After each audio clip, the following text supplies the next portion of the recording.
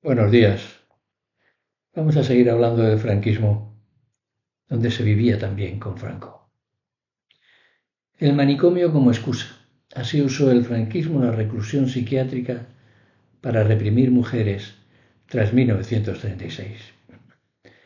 Un libro de Montse Fajardo recupera historias de internas en Concho, el psiquiátrico de Santiago de Compostela, y hasta 1953 el único de la comunidad, y relaciona sus circunstancias con el clima de miedo y terror desencadenado por el golpe fascistas y las primeras décadas de la dictadura.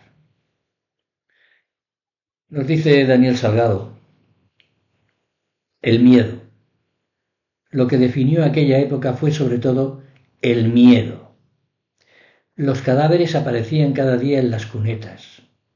Los falangistas llamaban a la puerta para llevarse a los hombres. Concejales republicanos eran asesinados y sus familias quedaban expuestas. La leva obligatoria del bando fascista dejaba madres con dificultades para alimentar a sus hijos y sin saber si los padres regresarían del frente algún día. El miedo, el miedo.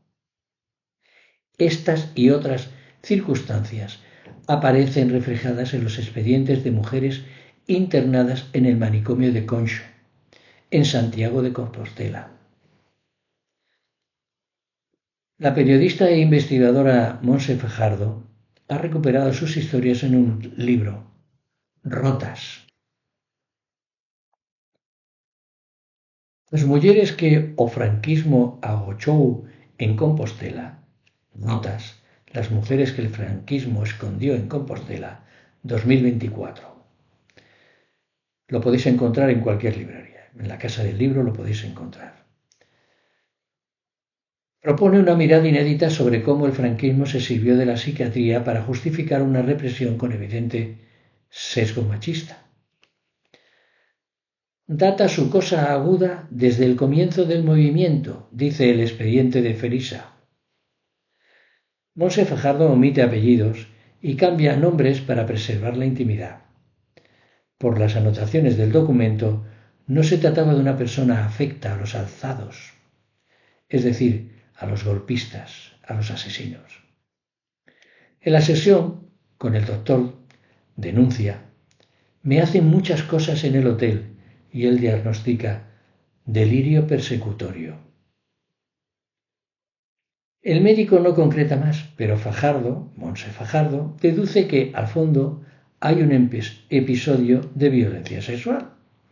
Lo mismo sucede con la hija de un concejal asesinado, que ingresada en Concho rompe su ropa, se desnuda y repite a gritos, ¡puta! ¡puta!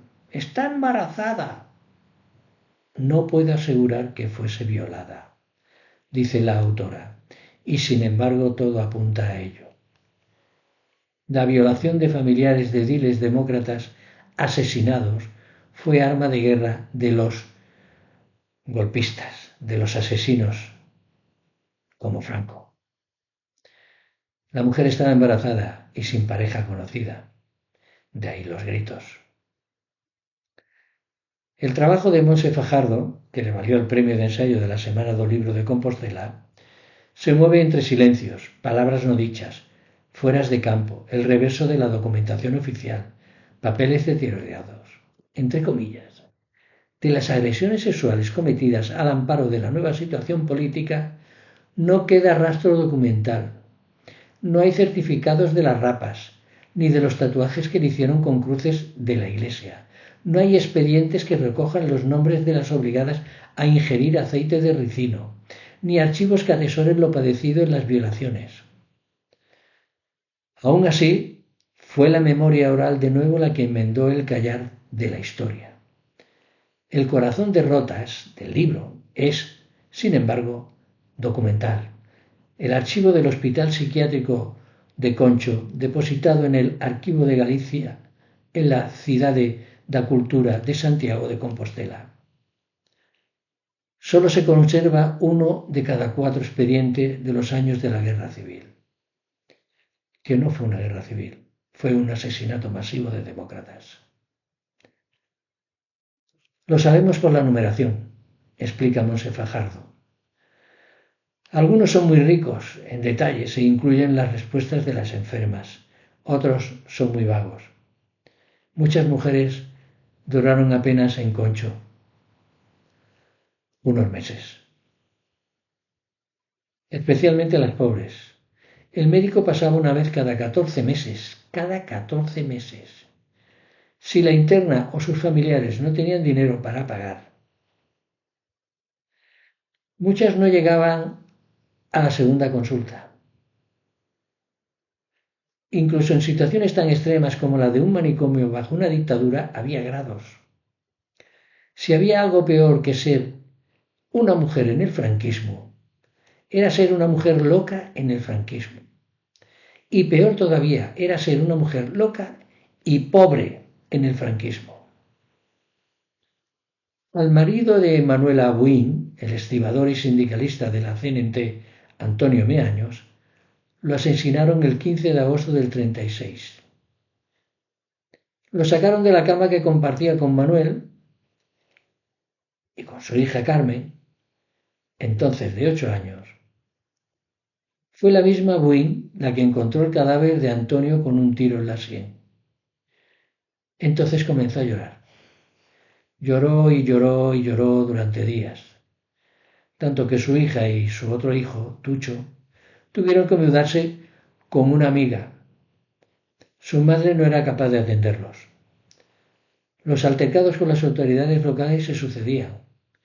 Hacia 1946, Manuela atacó la estatua de Calvo Sotelo inaugurada en 1938 en unos jardines de Vilagarcía de Arousa.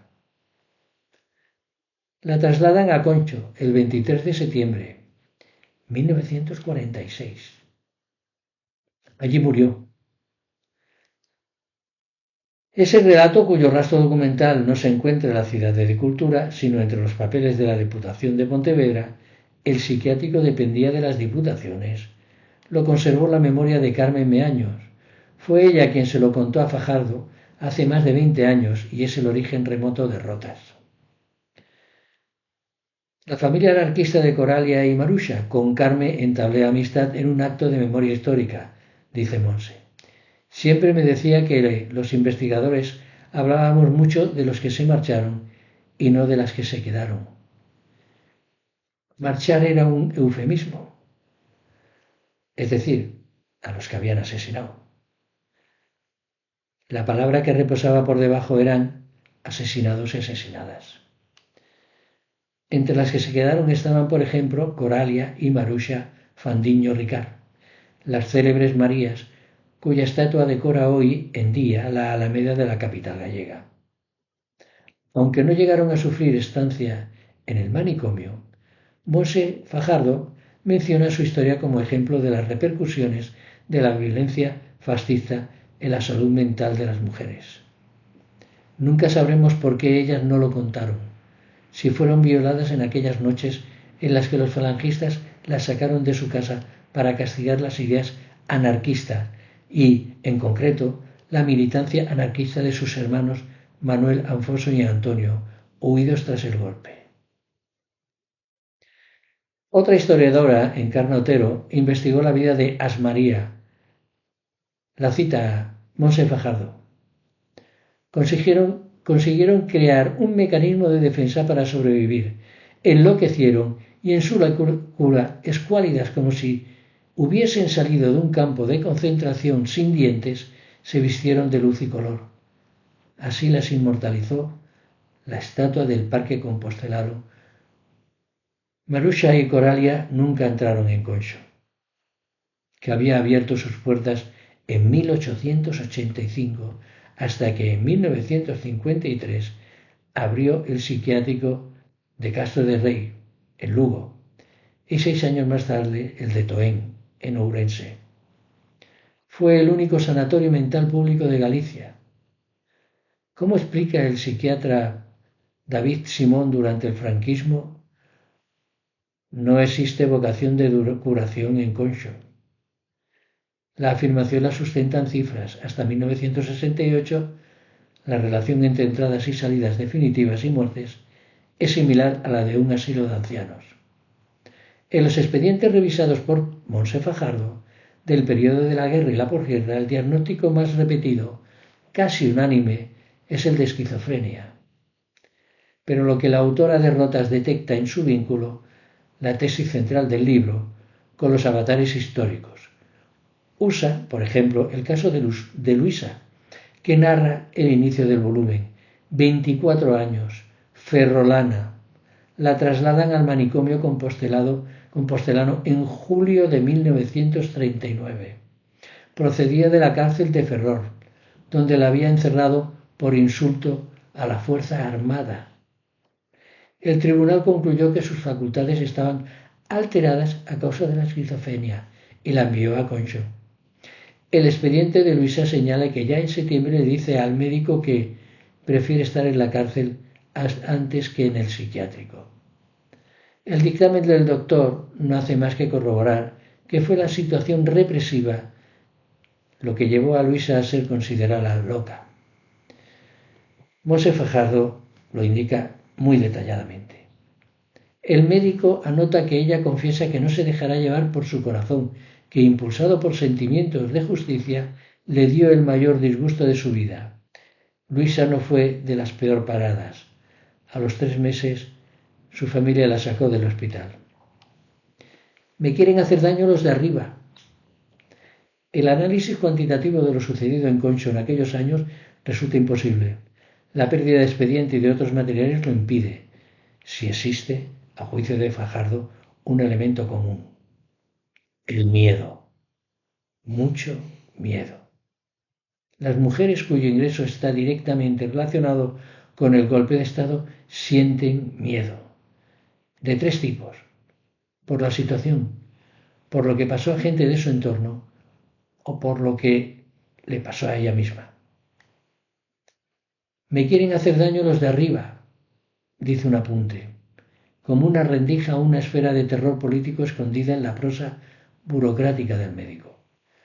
Los ejemplos se suceden a lo largo de Rotas, organizado por capítulos que abordan la violencia sexual, la pérdida de la identidad, el abandono familiar o la excusa de la histeria.